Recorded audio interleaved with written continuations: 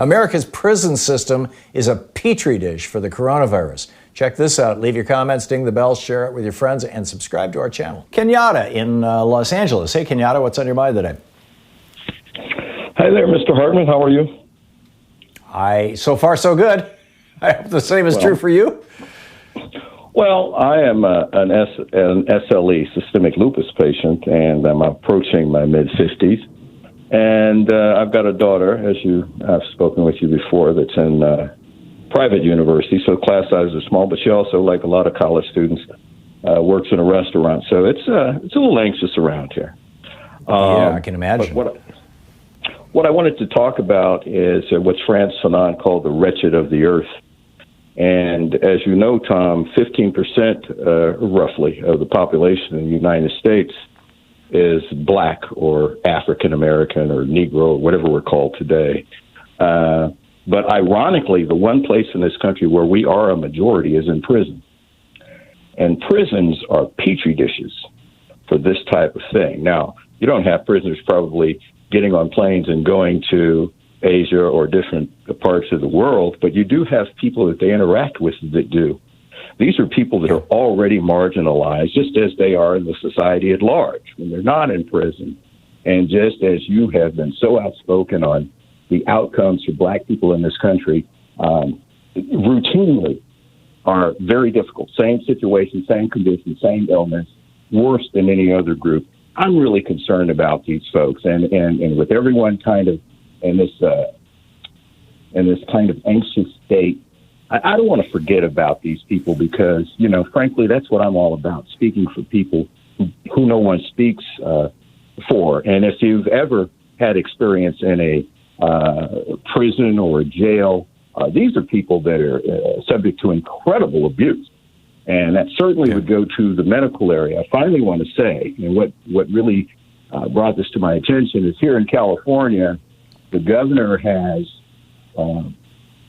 suspended for an unknown period of time visits to prison.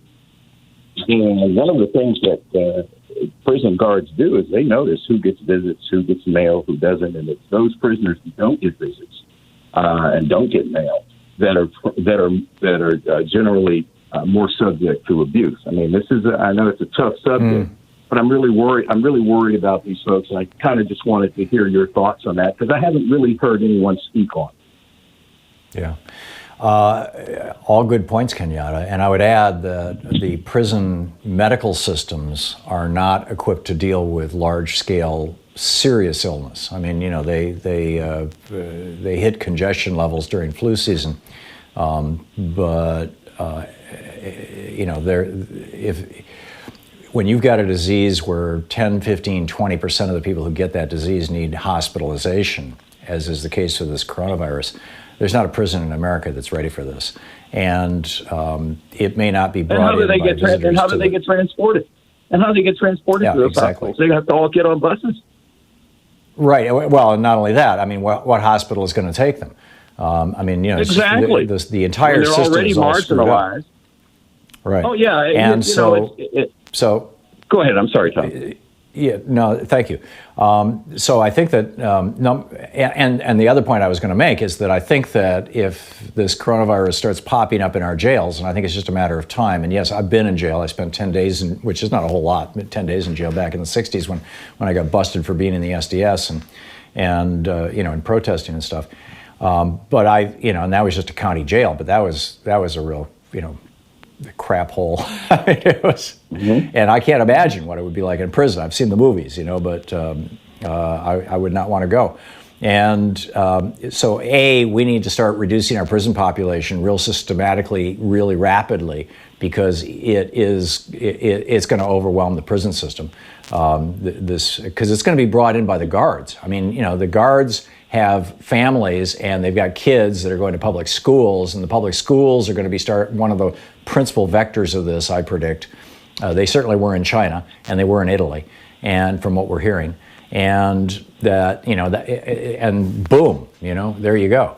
So number one. Number two, we need to, and I think New York State has already done this, or maybe it's just like New York City. I don't recall if it was de Blasio or Cuomo.